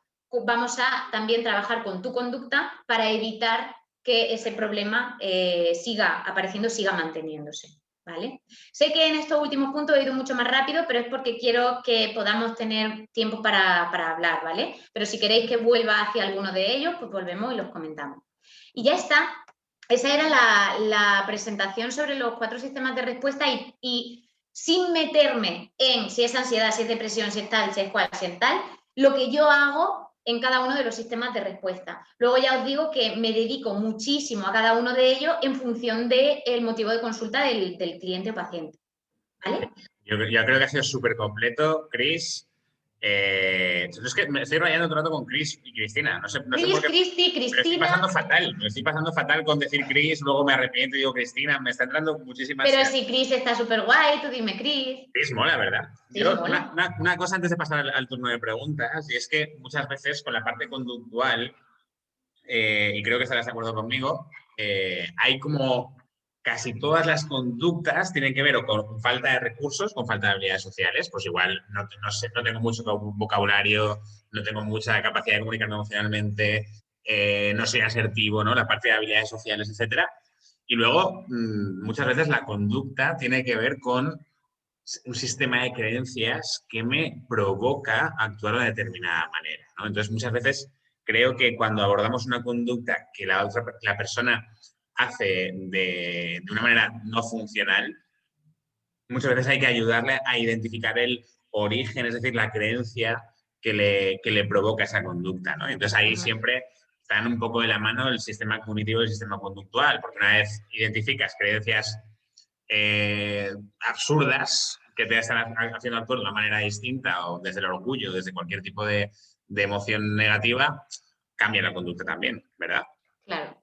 Por eso es súper importante hacer siempre psicoeducación y trabajar siempre desde los 4 sistemas de respuesta. Porque si la persona solo trabaja conducta, se está olvidando de qué hay a la base de esa conducta, se está olvidando de su emoción, o sea, hay que trabajarlo todo. Como le decía a Marta al principio, en función de cuál sea su demanda principal, a lo mejor me centro primero en uno u otro, pero al final los voy a trabajar todo, porque no puedo concebir al ser humano si no toco alguno de esos pilares, porque es que sus 4 pilares son necesarios. Tengo que trabajar sobre los 4. Qué guay. A mí me ha flipado, ¿eh? La formación de hoy creo que ha sido súper completa, súper... Sí. Desde un punto de vista general, creo que nos ha Claro. dado a todos muchas pinceladas de lo más concreto. Entonces, si queréis, vamos a empezar con el turno de preguntas. Vamos a empezar con la persona que casi da la formación hoy. Hemos estado a puntito de que sea así. Vamos con Cristina Requena. Cristina, preguntita para Cristina Berzosa. El micro. Me tenía que quitar los auriculares porque si no, no se escucha nada. Se te escucha regular, ¿eh? Pues no sé cómo hacerlo. Bien, Ahora mejor. Ahora bien. Vale, pues bueno, me ha encantado la charla, la verdad. Yo Qué bien. he apuntado un montón de cosas porque ha estado súper completa y ha sido genial. Me gusta. Qué bien, gracias. Bueno, una cosa, antes de nada, ¿podrías repetir cómo se llama la aplicación del Mindfulness? Como mindfulness, escrito mindfulness cience, de ciencia, entiendo. Vale. Si hay aquí algún políglota que me corrija. Mindful cience. Vale, muchas gracias. Nada. Y bueno, realmente es que no tengo ninguna pregunta así en concreto porque me ha quedado bastante claro, pero si podrías volver a repetir lo de la aceptación y el compromiso porque no me ha quedado del todo muy claro. Vale, las técnicas, ¿conocéis qué es aceptación y compromiso? No mucho. Vale, en psicología empezamos en los años 50 con la parte más conductual, ¿no? Todos conocéis el proceso, la evolución, sería principalmente conducta, luego vinieron los cognitivos a decir, sí, hombre, claro, somos cajas tontas, aquí siempre entra input, sale output, no, aquí hay dentro un procesamiento, entonces apareció la psicología clínico-cognitiva conductual, con corriente humanística, todo el rollo, ¿no? Ese que nos enseñan en primero de carrera. Vale, pues ahora hay unas nuevas técnicas que se llaman técnicas de tercera generación, que lo que hacen es pues dar como otra perspectiva diferente, haciendo un poco más de hincapié en la parte de la emoción, no tanto en lo cognitivo y en la conducta, sino que meten ya la otra parte que es la emoción, ¿no? Y cómo todo eso se interrelaciona. Digamos que sería como lo más vanguardista que hay ahora en temas de psicología, ¿no? Lo cual no quiere decir que sea lo más apropiado en todos los contextos o que sea el no va más. Para mí, el tener una buena base y a partir de ahí incluir nuevos modelos, nuevas técnicas, sería conocerlo todo sería lo guay, ¿no? No centrarme únicamente, no, es que yo soy sistémico, no, es que yo soy conductual. Chico, ábrete un poco al mundo, que hay de todo, que todo está guay, ¿no? Entonces, lo cognitivo-conductual se nutre mucho, según mi opinión, de los nuevos modelos de tercera generación que podrían ser, por ejemplo, todo lo relacionado con aceptación y compromiso, se llama así, técnicas de aceptación y compromiso.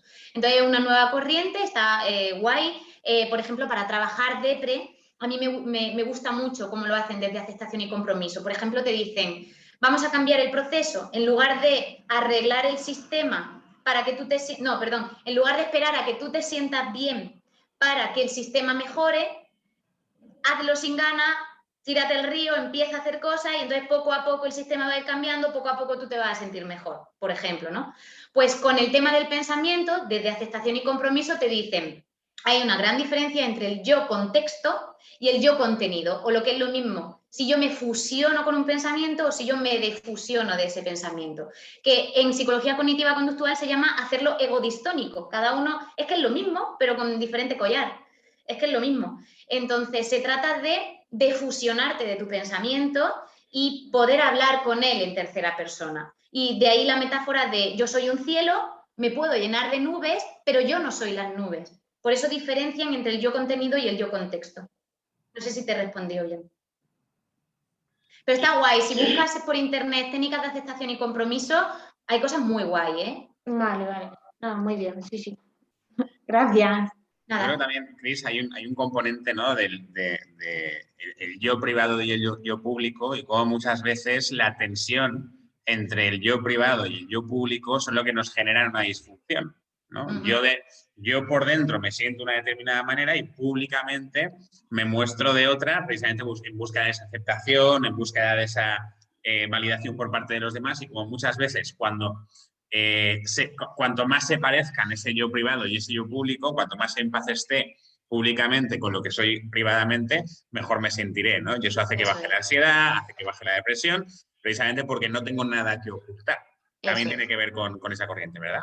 Exacto. Cuando antiguamente desde la cognitiva conductual te decían el yo real, o desde incluso el psicoanálisis, el yo real y el yo ideal. Cuanta más distancia hay entre mi yo ideal y mi yo real, hay una disonancia cognitiva que se llama, un malestar que se me está produciendo porque hay mucha distancia entre lo que yo quiero ser y entre lo que yo estoy siendo. Entonces hay un abanico de emociones, de pensamiento y de conductas que me están haciendo la vida imposible. Entonces, cuanto más aproximemos lo que yo quiero con lo que yo soy, o mi evento privado con mi evento público, que depende de la corriente, lo van a llamar de una manera u otra, pues mejor me voy a sentir conmigo misma. Y los que habéis visto Miedos e Ilusiones, habréis visto también es como ese ejercicio no es más que hacer público algo que siempre ha sido íntimo, ¿no? Que son nuestras debilidades e inseguridades, como la gente flipa de decir, hostia, puedo hablar de mis miedos y la gente no me escupe en la cara, la gente me acepta, ¿no? Y entonces eso es súper liberador.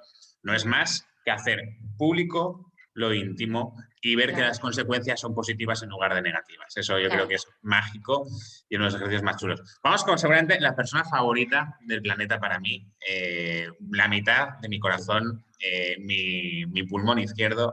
Vamos con Asier. Asier, ¿qué pregunta tienes? Yo creo, bueno, ahora pregunto, pero creo que la broma esa ya, Álvaro, para cuando hagamos el máster de verdad, la broma del favorito ya. A ver, lo primero, muchas gracias porque a mí me ha venido perfecto, porque estoy acabando la carrera y tenía un poco el cajón desastre y me lo ha estructurado un poquito en secciones, o sea que me ha venido que ni pintado. Esa era la idea, qué bien. Sí, me ha venido perfecto. Y después, la pregunta es un poco, a lo mejor me lo haría más para el final, pero bueno, te la hago de todas formas. Has estado hablando de mindfulness, de la tercera generación, pues he estado investigando un poco y me ha llamado la atención la programación neurolingüística, que la ponías como que la has utilizado, entonces quiero saber un poquito más cómo la utilizas, cuándo, si la sueles aplicar mucho, cómo va todo eso.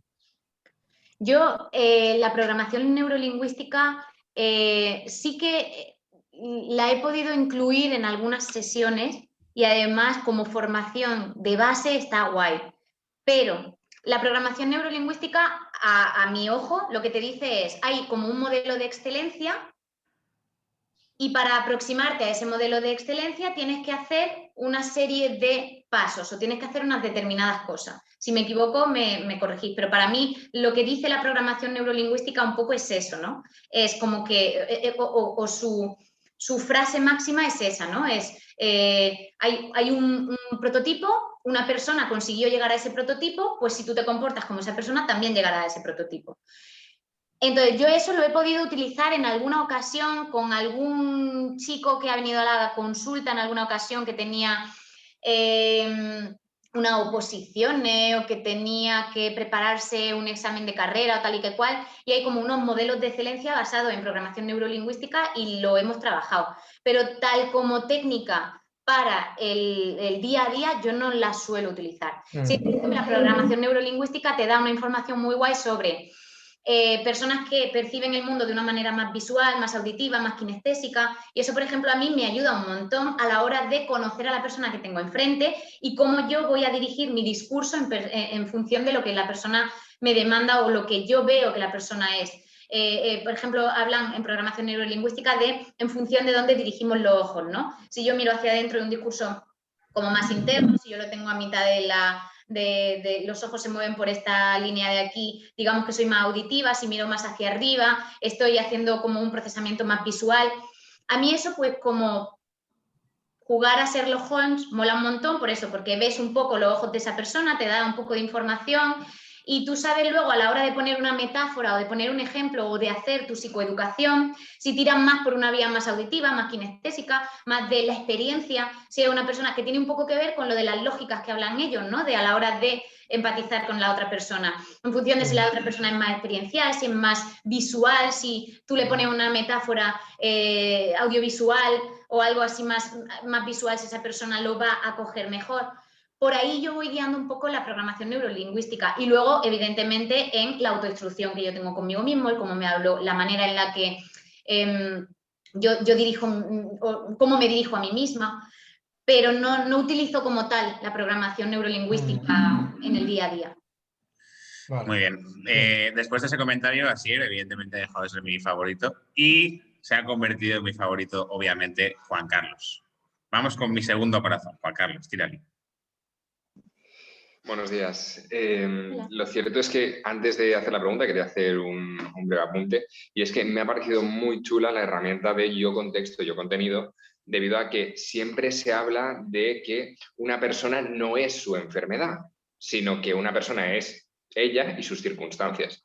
Y pues me alegra ver que no solo en momentos bastante duros de estar pasándolo muy mal se puede aplicar, sino que también se puede aplicar en cosas más cotidianas. Mi pregunta va de cara a, pues un poco como Asier, en el sentido de ahora mismo estamos estudiando psicología, es algo que nos mola mucho y de la misma forma en la que te lo voy a preguntar ahora, se lo preguntaré a Álvaro y se lo preguntaré a las Lauras. Y es que, ¿qué consejo darías a futuros psicólogos que ven la existencia de tantas herramientas, como es el caso del DSM-5, como hay muchas vertientes psicológicas? Porque estoy convencido de que alguno va a seguir la sintomatología y va a ser muy dogmático en el sentido, pues como tienes esto, te tengo que tratar de esta forma, como tienes esta otra cosa, voy a seguir lo que me dice el DSM-5. ¿Qué herramientas, qué consejos nos aportarías? O incluso, ¿qué te habría gustado que te hubiesen dicho nada más salir de la carrera para ayudarte a enfocar un poco? Hombre, Pues- seguramente lo que más le hubiese gustado es que hubiese dicho, Cristina, te ha tocado un sorteo, 1 millón de euros. Eso le hubiese encantado. O sea, seguramente se hubiese Lo habría encantado más. estado estupendamente. Perdón, ha sido una broma malísima. Vale, mira, Juan Carlos, de hecho me lo dijeron. Esa frase que a mí me habría gustado que me dijeran, me la dijeron mi tutora de prácticas cuando yo hice el máster de psicología sanitaria. Yo empecé a colaborar en un centro haciendo prácticas y esta señora luego me contrató y yo me quedé trabajando, bueno, me contrató en un contrato de colaboración y yo me quedé como 3 años luego aparte trabajando con ella. Y esta señora me dijo desde el primer día, tú no eres un cocinero que aplica recetas, tú eres un sastre que hace trajes a medida. ¡Buah! Y eso me encantó. Esa frase me flipó. Y además yo se lo digo cada vez que hago una formación o que hago algo así con psicólogo o que hablo con compañeros, siempre lo digo, porque es que me pareció brutal. Y es que es verdad. O sea, yo no voy a coger el DSM, cumple el 1, cumple el 2, cumple... Vamos a ver, que sí, que hay que ser un poco estructurado en ese sentido, ¿no? No se trata de como, no, es que tiene depresión, sí, porque lleva 5 días. No, vamos a ver, necesita un tiempo, 6 meses con una sintomatología. Evidentemente el DSM está ahí por algo, ¿no? Pero no se trata de yo tengo 15 herramientas y las paso así a quien venga, ¿no? Se trata de yo te voy a conocer, yo te voy a medir y te voy a hacer tu traje a tu medida, no te voy a aplicar una receta. Entonces, ese es mi consejo, que evidentemente se necesita una estructura, pero lo fundamental de esa estructura es que tú se la apañes a la persona que llegue, no de por de ahí. Sí, como a mí me han enseñado que tengo que hacer, yo qué sé, mindfulness, pues ahora me viene una persona que está con ansiedad y lo primero que le digo es, toma, haz mindfulness. No, a ver, a lo mejor esa persona... pues mindfulness lo ha probado ya y no le apetece o no le gusta o no se lleva bien con sus pensamientos y entonces es absurdo, o es una persona que tiene mucha rumia y entonces como le digas de hacer mindfulness a la primera se va a sentir frustrado y no le va a venir bien. Tienes que conocer muy bien a esa persona para saber qué herramienta le da. Muy bien. Muy bien, estupendo. Seguimos, Sandra. Vamos con la pregunta de Sandra.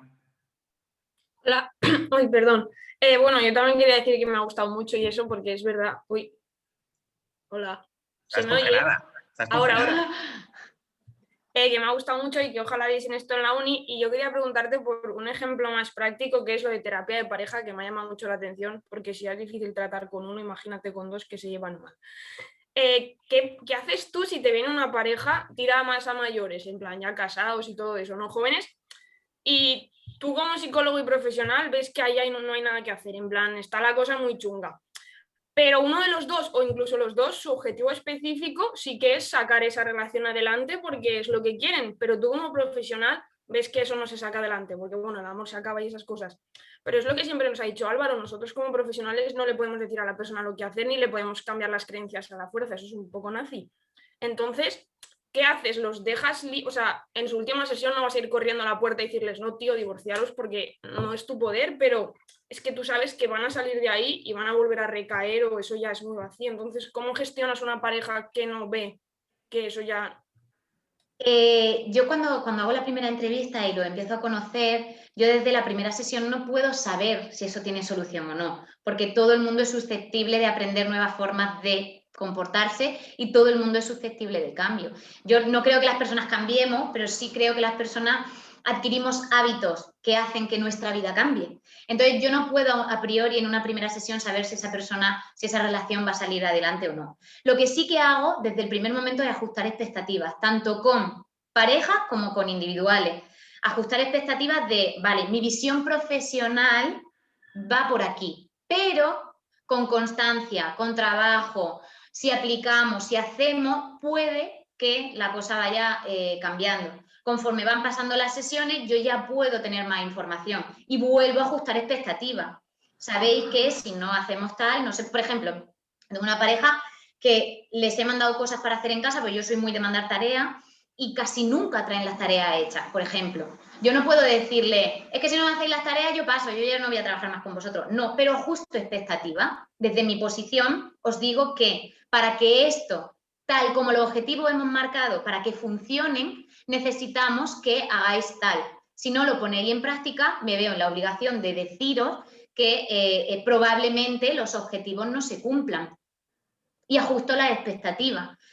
Por ejemplo, yo hablo mucho de los mapas mentales y soy muy pesada con eso. Cada uno tiene un mapa mental. Y además se lo dibujo si hace falta. Y me hago 2 mapas encima de la mesa y a uno le pongo, por ejemplo, tengo una pareja, una chica súper metódica, súper estructurada. Entonces yo hago un mapa súper con regla, lo corto todo como con eje cartesiano y le pongo los ríos súper medidos y unos rascacielos, tal. Y ahora me viene la pareja que es un desastre carpe diem total. Y entonces pongo aquí una isla, por aquí una canoa medio tirada, por aquí un río que va para arriba, para abajo. Y entonces yo digo, veis este mapa y lo pongo encima uno del otro. Digo, esto no casa ni para atrás. O sea, es que este rascacielos está encima de una charca. Es que no. Entonces, para poder ajustar expectativas, si trabajamos para que este mapa se parezca un poquito a este, o para que dé cabida a este en algunas partes de su terreno, y trabajamos para que este mapa entienda y dé cabida a este de aquí, y ahora intentamos solapar, a lo mejor ya encaja algo, ¿no?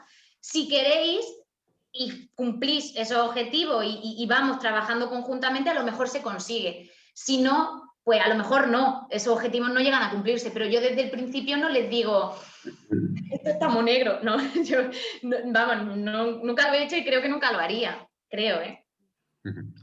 Muy bien. Espera, una cosa más, que es una pregunta corta. Cuando has hablado de desmontar pensamientos, que has dicho algo socrático, ¿qué era? ¿Diálogo socrático o...? El diálogo socrático es una de las técnicas que aparecen en la parte más de psicología cognitiva, que tiene que ver con desmontar, como hacían los socráticos, ¿no? El poner en duda y cuestionar eso que la persona me dice. Por ejemplo, el otro día una chica me dice que estaba muy triste porque en el trabajo el jefe le había dicho, te voy a sacar de este puesto y te voy a poner en este otro puesto diferente para probar no sé qué, ¿no? Eres muy buena en esta posición, pero quiero verte cómo te manejas en otro aspecto. Inmediatamente, bueno, me van a despedir, no soy lo suficientemente buena, me pone a prueba a mí, no a los demás, ¿por qué tal? Bueno, eso era un festival de tristeza, de pensamientos horrorosos, ¿no? Entonces, bueno, trabajando un poco con esos pensamientos, yo me doy cuenta de que tiene unos esquemas, unas creencias que hay que desmontar, que eso no tiene ni chicha ni limonada, eso no tiene, o sea, es un razonamiento totalmente emocional, no hay una base que le dé sustento a eso. Entonces, bueno, pues yo empiezo, vale, entonces me estás diciendo que el hecho de cambiarte de posición y de ponerte en otra posición es para ponerte a prueba porque quieren despedirte.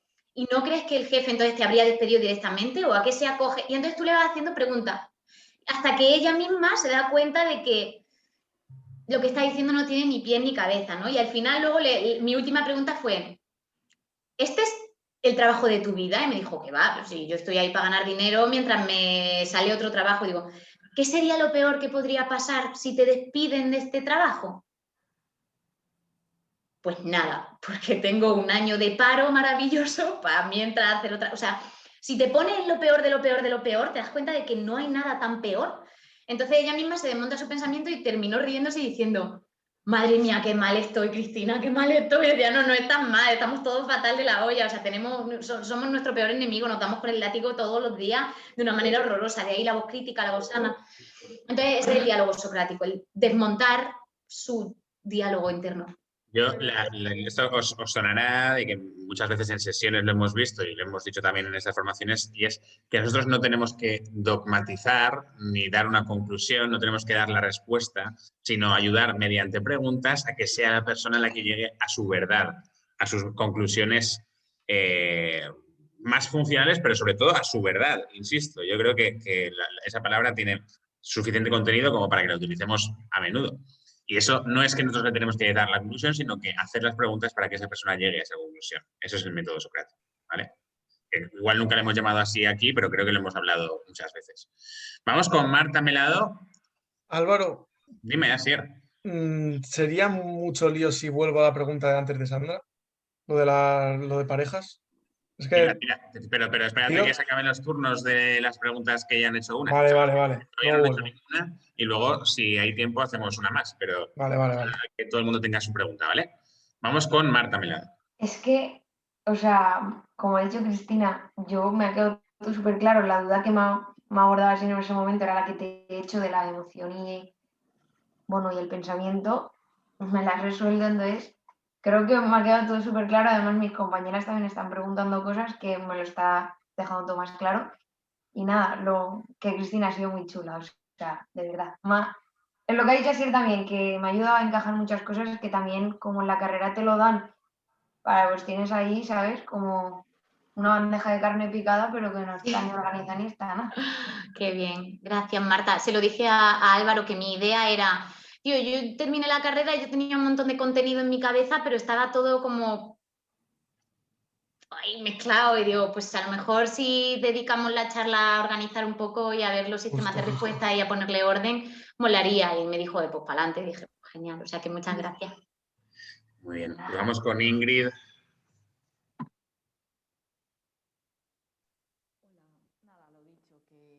No se te oye, Ingrid, Oye, o yo Ingrid. no te oigo. Hazlo desde el de Juan Carlos, si tu micro no va.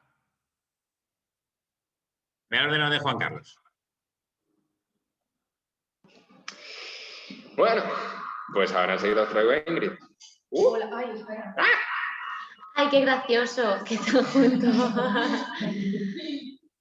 Hola. Espérate. No. Ya esto. Solucionando un pequeño problema técnico. Pero no, o sea, debería estar lo mismo, ¿no? Que ha pasado antes. Que está moteado.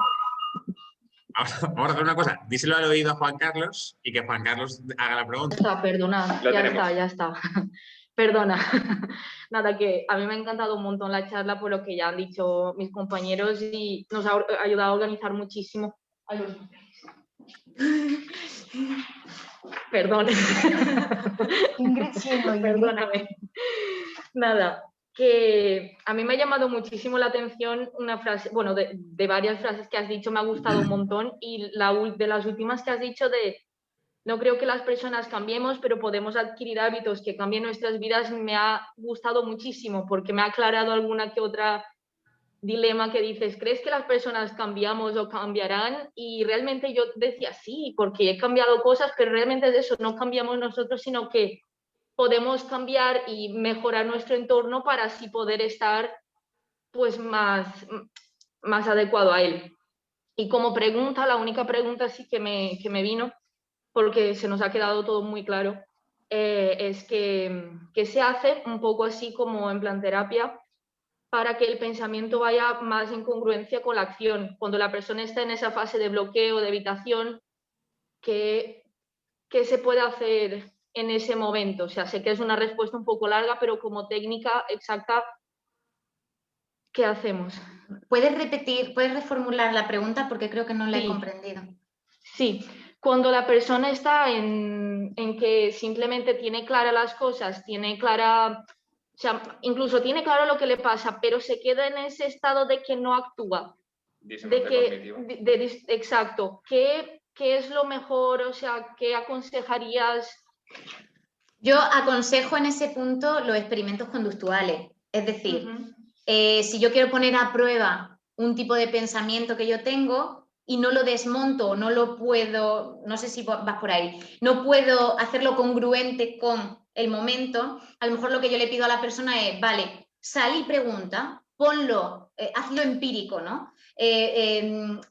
Haz ese experimento conductual. Si, por ejemplo, dentro de tu esquema está en el es que seguro que mis compañeras de piso piensan que soy muy desordenada y eso me hace sentir mal, y entonces yo me quedo en mi habitación con la rumia y entonces eso hace que yo no salga a compartir tiempo con ella, eso me está separando de ella. Bueno, pues después de ver toda esa psicoeducación, que la persona comprenda todo su esquema, a lo mejor lo que le pido es, vale, sal y pregúntale a tus compañeras, hazle una encuesta real sobre qué pensáis de mí vosotras, ¿no? O sea, hazlo empírico, o sea, demuéstralo, porque si el pensamiento de por sí no cambia de esa manera mediante el diálogo, mediante el comprenderlo o el desmontarlo, ponlo a prueba o habla con la persona, resuelve un plan de acción para poner en práctica. Eso se llama en psicología experimentos conductuales. Es eso, no sé si a lo mejor alguno de vosotros tenéis otra respuesta, pero yo creo que para que ese pensamiento se desmonte del todo, a lo mejor hace falta ponerlo en práctica. Y entonces el experimento conductual sería lo que yo recomendaría en ese caso. Claro, es que en ese, una última cosa rápida, que en ese momento realmente hay veces que no conseguimos resolver nuestros problemas porque principalmente no conseguimos identificar la emoción que nos está causando estos problemas. Entonces, a veces la persona se queda bloqueada en ese estado porque no consigue saber qué le pasa ni identificar qué le está pasando. Porque si sabes que que te enfadas, vale, pues me estoy enfadando por lo que has explicado tú, entonces damos paso. Pero si te quedas ahí en el... Claro, lo guay de ir al terapeuta es precisamente eso, porque él puede a lo mejor por sus propios medios comprender que tiene una voz sana y una voz crítica. Ahora, yo le voy a ayudar también a identificar qué función tiene esa voz crítica. Por ejemplo, imagínate que yo me voy a tomarme una cerveza una noche con un chaval y conforme yo quiero ligar con él, ¿no? Esto es un ejemplo que suelo poner que ilustrativo. Y conforme nos estamos tomando la caña, yo estoy pensando, no le voy a gustar nada, no soy lo suficientemente interesante para él, encima el tío está cañón, yo, bueno, vale. Encima esta persona, no sé, habla 5 idiomas, yo no sé ni hablar en inglés medianamente bien. Y yo empiezo ahí con mi rumia. Mi voz crítica me está martilleando con la idea de no eres suficiente, esta persona es mucho mejor que tú, tú tienes ahí ese tipo de pensamiento, ¿no? Y ahora yo te pregunto, ¿qué función está teniendo esa voz crítica? Su función es adaptativa siempre. Si no, no la tendríamos, ¿no? Esa función adaptativa de esa voz crítica sería protegerte para si realmente a esa persona te dice que no quiere irse contigo a tomar algo, tú ya puedas decir, ven, lo sabía. Estás como desensibilizándote, estás amortiguando el golpe que puede o no puede venir después. Pero esa función crítica tenía una función, o sea, esa voz crítica tenía una función, que era protegerte del miedo al rechazo. Entonces, claro, evidentemente ese pensamiento me está generando una emoción. Pero si yo no puedo trabajar bien sobre ese pensamiento y no puedo trabajar esa emoción, a lo mejor si detecto qué función está cumpliendo, estoy encontrando como un punto vulnerable, que puede ser uno de los 5 pensamientos prototípicos del principio. Necesidad de aceptación, necesidad de deseabilidad social, una baja autoestima. Pues me meto a trabajar autoestima. Me meto a machacar autoestima, trabajo autoestima, de esa manera el pensamiento va a cambiar, de esa manera la emoción va a cambiar. Encuentro qué función tiene ese pensamiento, si no puedo trabajar directamente sobre pensamiento y sobre emoción. Vale, me ha quedado claro. Gracias. Vuelvo al... Vamos con la última pregunta extra de Asier y tenemos que ir cerrando ya porque en principio le habíamos pedido 1 hora a Chris, 1 hora y media y ya ha pasado. Así que vamos con la última pregunta de Asier. Estoy intentando que conste, que lo sepáis, que para el siguiente mes, que en principio será la penúltima sesión, venga una psicóloga o un psicólogo de terapia de pareja. Estamos pensando en Ana Bella también, que es compi, Jorge Fresco, que es otro pajarito muy interesante. Y, por supuesto, ojalá para el curso que viene Chris quiera volver a contarnos cosas, porque creo que a todos nos ha molado mucho. Así que la invitación ya queda hecha. Vamos con la pregunta de siempre. Es que lo mío era más cotilleo. A ver. No. A ver, os cuento. Yo tuve la suerte de estar en una terapia de pareja presencial antes de que pasase todo el COVID y tal. No voy a hablar de psicólogo porque no quiero tampoco tal. Entonces, esa pareja, yo en cuanto entraron, pues entraron como un elefante. Vamos, eso era un espectáculo. Yo ya lo veía que era la primera sesión que veía yo de esa pareja, pero me quedé un poco con cara de esto no sé yo. Y el psicólogo me contó después que llevaban yendo a sus sesiones mucho tiempo, pero mucho, no sé si me dijo más de 5 años. Entonces, no sé en qué punto, claro, por eso me ha entrado el dilema ahora, me he acordado de lo que ha dicho Sandra, de hasta qué punto tú sabes como psicólogo de, vale, esta pareja lleva 5 años viniendo a mí y hasta el momento, pues, si siguen viniendo es que no sé hasta qué punto estoy ayudando. Entonces, ¿cómo se llevan esas situaciones tan...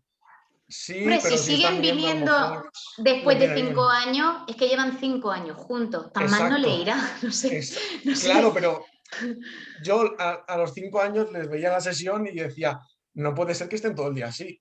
O sea, es mortal para las dos personas. Se están todo el día. Pero claro, si vienen a sesiones todavía es porque les sirve. Yo creo que siempre hay que ser honesto en el sentido de yo no te voy a hacer que sigas viniendo después de 5 años cuando yo sé que no hay nada que hacer para sacarte el dinero. O sea, es que eso me parece súper feo. Ahora, si aún así vosotros seguís juntos porque queréis estar juntos y aún así queréis seguir viniendo a mi terapia, yo no soy salvador de nadie, yo soy tu psicólogo.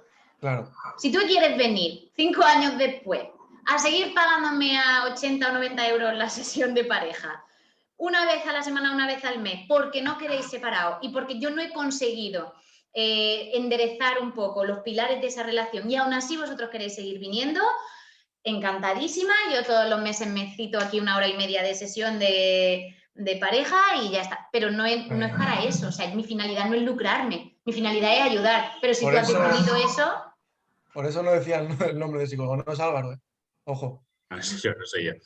En cualquier caso, eso es un debate interesante y quizá para la última sesión creo que estaría guay que recogiésemos debates interesantes y la última sesión del curso fuese un poco ese diálogo entre esos típicos temas, ¿no?, que se quedan ahí sobre, por ejemplo, cuánto tiempo está bien trabajar con una persona o si está bien trabajar durante indefinido con alguien si esa persona lo desea y es conocedor de lo que tú le estás ofreciendo, ¿no? Yo creo que eso es un debate suficientemente interesante.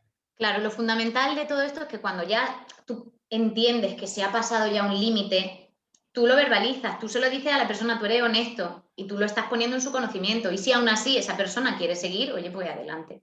Es que Álvaro lo habló el otro día. Y en el caso de Álvaro lo veo más lógico que si la persona quiere seguir, quizás sí que puede tener más continuidad y no hay un límite. Pero claro, en problemas de pareja vas por un tema concreto y es lo mismo. No sé hasta qué punto... Es que es lo mismo, que la pareja también se transforma. Sí, también, sí. Los problemas evolucionan, las personas evolucionan y por lo que te busca al principio no tiene por qué ser lo mismo que te busca en el momento actual. Y de hecho podemos irnos al ejemplo, por ejemplo, por llevarlo a lo más extremo y a lo más diferente a cuando nosotros trabajábamos con Ebony. Ebony en su momento nos buscaba para una cosa, para una formación puntual, y la relación se iba transformando porque la empresa iba necesitando cosas distintas y conforme más la conoces, más le puedes ayudar, ¿no? Y el apoyo que busca en ti es distinto. En cualquier caso, creo que es un debate para esa última sesión que sea un maxi diálogo entre todos. Chris. Me ha flipado la formación de hoy, de verdad. Creo que la hemos disfrutado todos muchísimo. Muchísimas gracias por venir. Qué bien. Las subiremos a YouTube, no sé cuándo, porque tenemos estas formaciones grabadas algunas y no sabemos en qué formato subirlas y subirlas todas de golpe. No sabemos qué hacer porque nos parece tan valioso que no sabemos gestionarlo. Muchísimas Tenéis gracias, un de verdad. vergel de herramientas. ¿Has estado a gusto? Yo sí, mucho. Ya Con tienes vosotros, no es peloteo, pero es que con vosotros siempre me siento muy cómoda, así que es genial. Nosotros también, y ojalá podamos hacer más cosas juntos, más vídeos, más movidas. Ahora sí, Chris, para cerrar, ¿puedes decir quién es la persona que mejor te ha caído y la persona que peor te ha caído? No me voy a mojar, me han caído todos súper bien. Me parece súper guay lo que estáis haciendo. Creo que vais a sacar de aquí un montón de herramientas súper chulas que en la universidad, por desgracia, no se pueden ver por falta de tiempo o por falta de yo qué sé. Y que, jolín, que es una oportunidad súper guay, que la aprovechéis y que a tope. Y que si me queréis seguir en mis redes sociales de psicóloga, pues genial. Porque estoy empezando a subir contenido y me vendría maravillosamente bien tener psicólogos que me Yo apoyen. ya te he stalkeado, pero no te seguía todavía porque no sé. Yo no, ¿cómo se llama? Es Cristina _Berzosa _psicóloga y en Facebook es Cristina Berzosa psicóloga. Así que si queréis, a mí me encantaría porque voy subiendo de vez en cuando cosas con mucha latencia, porque me lo tomo muy tranquilo, pero bueno, ahí hay cosas. Y podéis estar al tanto de los podcasts. Lo de los podcasts está muy guay, de verdad que a mí es algo de lo que estoy orgullosa, es chulo. Nos pasarás el cuestionario SC90, ¿no? SCL90, sí, os lo paso ahora. Ok. Qué bien. Si Y queréis, muchísimas gracias. si queréis el Power, no sé si también os puede servir. Sí. Por si no habéis anotado todo, estaría guay porque ahí no está nada explicado. Juan Carlos, evidentemente sí, rotundamente sí, porque no está explicado, no está desmenuzado, pero bueno, sirve de guía, está guay. Qué guay. Vale, pues te lo